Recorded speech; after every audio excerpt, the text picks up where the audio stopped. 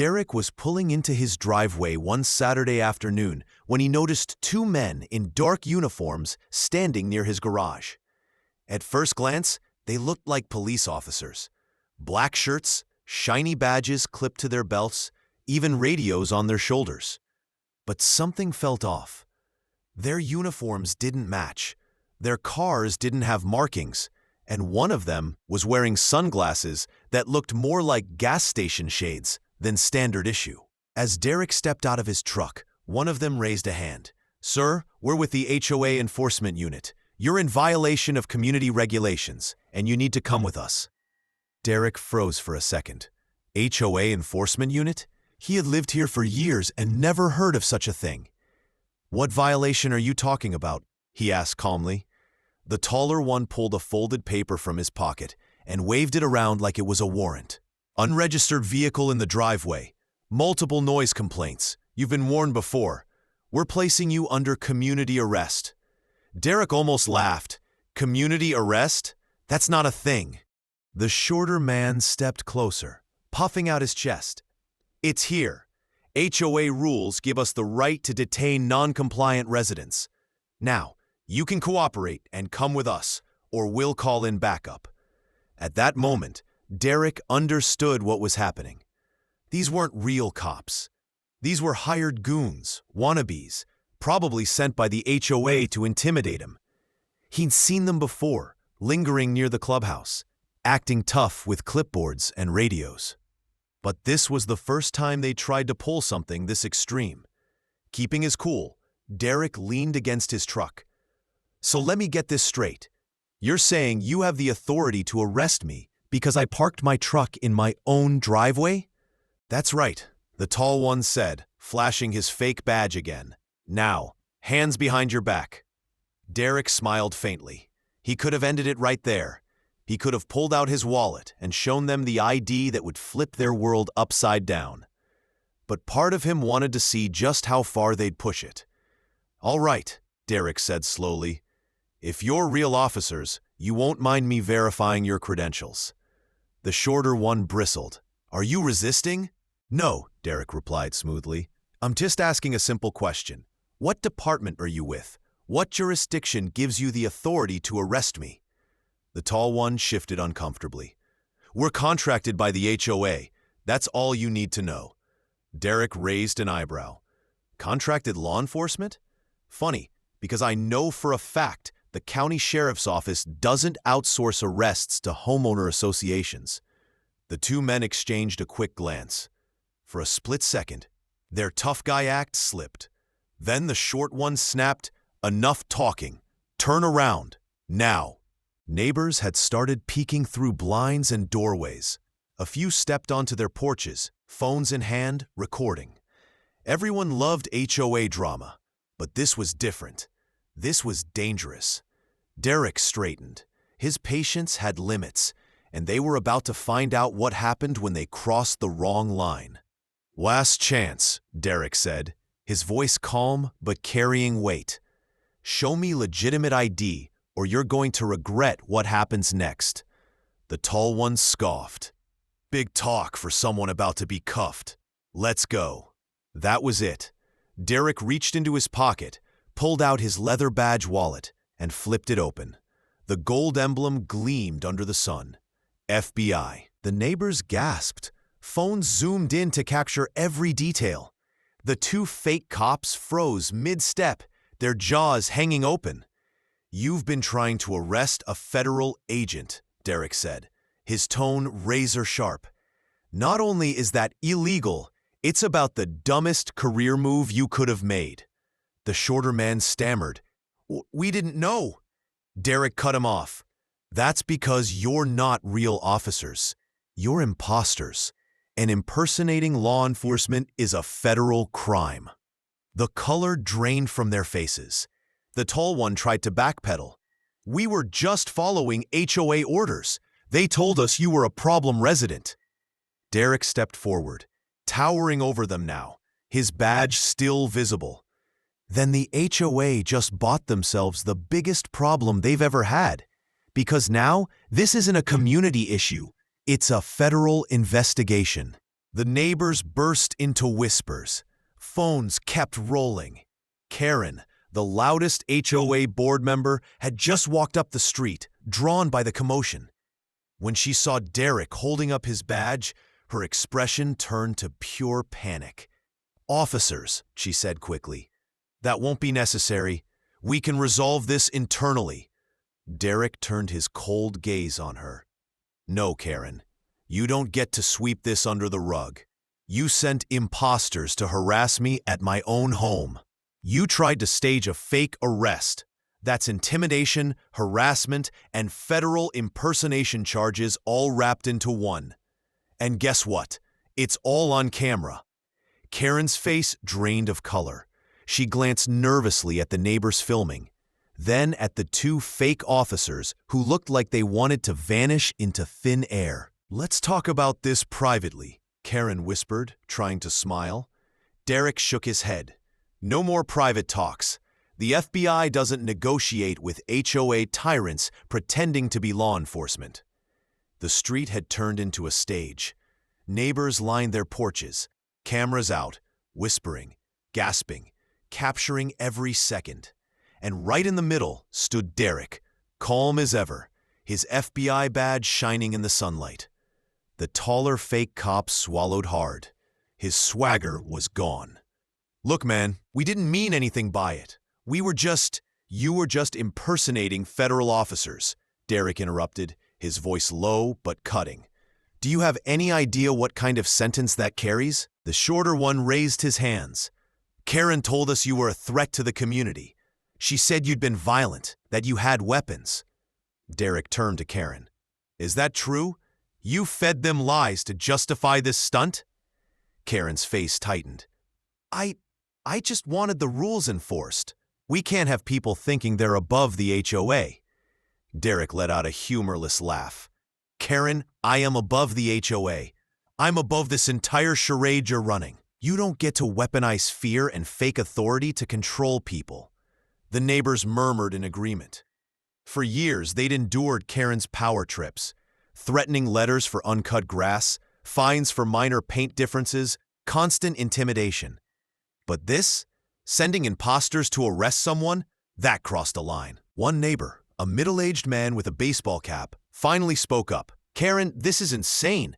You put all of us at risk. What if these guys tried to arrest a kid or pulled this stunt on someone else?" Karen snapped back, her voice cracking. "I was protecting the community." "No," Derrick said firmly. "You were protecting your ego. You thought you could scare me because I didn't bow to your rules. But you picked the wrong man." He turned back to the fake cops. "Names, now." They hesitated. Derrick's eyes narrowed. "If I have to run your faces through the system, it'll only get worse. Names, and who hired you?" The tall one caved first. Jason Miller." The shorter one sighed. Kyle Dawson." Derrick nodded slowly. "Good. Now tell me who signed the checks." Both looked at Karen. She glared at them, but their silence gave her away. Derrick pulled out his phone, tapped a few buttons, and held it up. "This is being logged. From this point on, everything you say is on record. And the second I forward this, it's not just HOA business. It's a federal case." Karen panicked. "Derrick, please, let's not escalate this. We can work something out. A compromise." "Compromise?" Derrick cut her off sharply. "You tried to have me arrested in front of my own home. You spread lies, hired imposters, and endangered the community. This isn't something we work out. This is something you answer for." The crowd murmured again, louder this time. A woman in the back shouted, "He's right! Enough is enough!" Others nodded, some clapping quietly. Karen's control was slipping through her fingers. For years, she had ruled through intimidation, but in just 10 minutes, Derrick had dismantled everything, calmly, methodically, with the kind of authority she could never fake. Jason, the taller fake cop, tried one last time to save himself. "We didn't mean for it to go this far. If you let us walk away, we'll disappear. You'll never see us again." Derrick stared at him, expression unreadable. Then he shook his head. Not that simple. You impersonated federal officers. You attempted an unlawful arrest. You think walking away wipes that clean? Jason dropped his gaze. Kyle rubbed his face, realizing the weight of what they'd done. Karen, desperate, stepped forward. Derrick, please. I was wrong, okay? But if you bring in the FBI, this whole neighborhood will be dragged into it. The community will suffer. You don't want that, do you? Derrick turned slowly to face her. The community is already suffering. From you. You think you're protecting it, but all you've done is poison it with fear. A neighbor's voice rang out. We're not afraid anymore, Karen. Karen whipped her head toward the crowd. Dozens of phones were aimed at her, recording every word, every expression. For the first time, she realized she wasn't the one holding power. The neighborhood had flipped. Derrick's phone buzzed.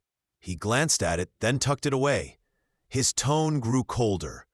Karen, here's what's going to happen. I'm giving you one chance to cooperate. You're going to step down from the HOA board immediately. You're going to stop harassing residents. And you're going to put in writing that you hired these two men to impersonate officers. Karen gasped. What? You can't force me to…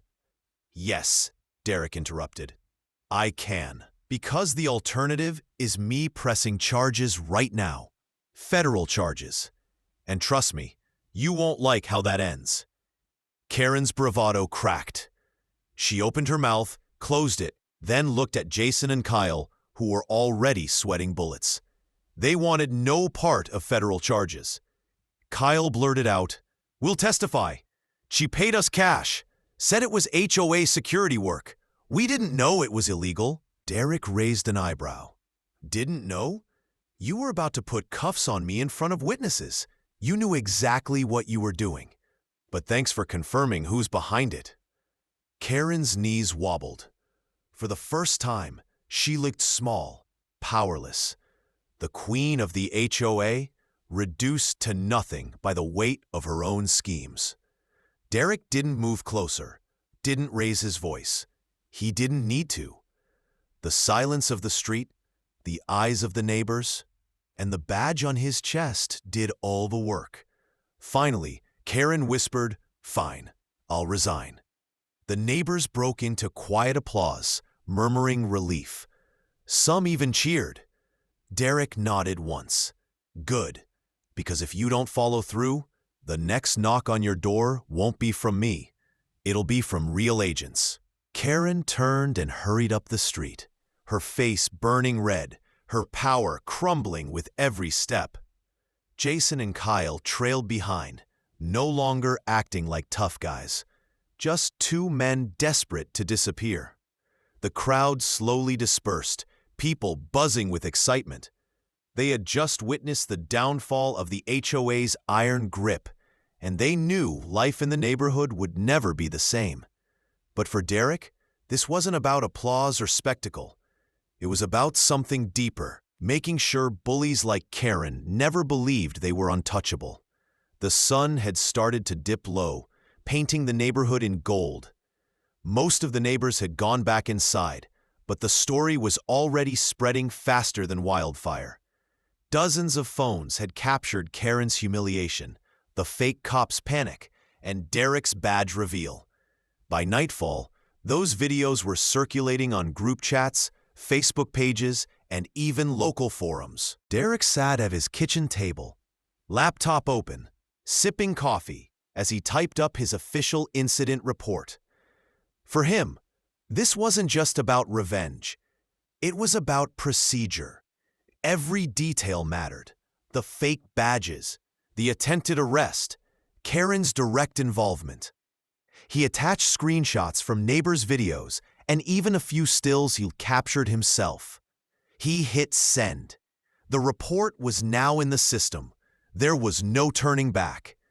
2 days later, black SUVs rolled into the neighborhood. Real federal agents stepped out, the kind that didn't need fake badges or gas station sunglasses to look official. They went straight to Karen's door. Neighbors peeked out again, whispering, filming. The same woman who used to strut through the neighborhood barking orders now opened her door to men who didn't ask, they told. Karen was escorted out, not in handcuffs, but clearly shaken. She tried to explain, her hands flying as she pointed toward the HOA clubhouse, toward Derrick's house, anywhere but herself. But the agents didn't argue. They just walked her to the SUV and drove her away. Across the street, Jason and Kyle weren't so lucky. They were picked up the same day. Their charges were heavier: impersonating federal officers, attempted unlawful detainment, conspiracy. Both men had traded their cheap badges for real handcuffs. By the end of the week, the HOA board called an emergency meeting. The clubhouse was packed, the biggest turnout anyone had ever seen. For once, Derrick didn't sit quietly in the back. He walked in, calm and steady, and the room fell silent. The board president, an older man who had always let Karen run wild, cleared his throat nervously. "Ladies and gentlemen, as you all know, recent events have forced us to reevaluate leadership. Effective immediately, Karen has been removed from the board. We deeply regret the harm caused to our community." Murmurs rippled through the crowd. Relief, anger, even a little satisfaction. The president continued. "We also acknowledge that HOA rules have been applied unfairly and aggressively in the past. Going forward, we intend to rebuild trust and ensure fair treatment for all residents." That was when Derrick stood up. He didn't raise his voice. He didn't need to. "I want everyone to remember something," he said. "Power only works when people are afraid of it. For years, you let Karen dictate your lives because you thought she held all the cards. But she didn't. She never did. The second you stopped being afraid, she had nothing left." A neighbor clapped, then another. Soon the entire room was applauding. Not the forced applause of HOA meetings past, but real, genuine gratitude. Afterward, people approached Derrick, shaking his hand, thanking him. "You stood up when none of us could," one man said. "You showed us we don't have to take her nonsense anymore." Derrick nodded, though he didn't smile. "I didn't do it for recognition. I did it because no one should feel unsafe in their own home. Not because of criminals, and not because of a homeowners association drunk on power." Later that night, Derrick stood on his porch, watching the lake reflect the moonlight. The neighborhood felt quieter, lighter somehow. He knew the FBI investigation would drag on, that Karen's trial would take months, maybe years. Jason and Kyle would cut deals, spill everything. But none of that mattered right now. What mattered was that the community had changed. Fear had been replaced with awareness, blind obedience with courage. He heard footsteps behind him. It was his neighbor from across the street, holding a plate of cookies. "Thought you might like these," she said, smiling nervously. "And I just wanted to say thank you for protecting us." Derrick accepted the plate with a small nod. "You don't owe me thanks. Just remember what happened here. Don't let anyone like Karen fool you into thinking you're powerless again." The woman smiled wider. "We won't." As she walked away, Derrick leaned against the railing, the cool night air brushing his face. He thought about how close things had come to spiraling out of control. Two imposters pretending to be cops, an HOA drunk on authority, and a community too scared to push back. It could have ended badly. Very badly. But it hadn't. Not this time. He opened his badge wallet, looked at the gold emblem, then slid it back into his pocket. Being FBI wasn't about flexing authority. It was about knowing when to use it, and when to let the truth speak for itself. Some battles didn't need drawn guns or loud fights. Sometimes, all it took was exposing a lie, standing firm, and refusing to bow to intimidation. And in the end, Karen, Jason, and Kyle had dug their own graves. All Derrick had to do was let them fall into it. The neighborhood slept peacefully that night, but Karen's shadow was gone. The fake cops were gone. The fear was gone. And Derrick, he was still there, calm and steady, a quiet reminder that real authority doesn't scream or bully. It doesn't need to, because when the truth is on your side, the rest takes care of itself.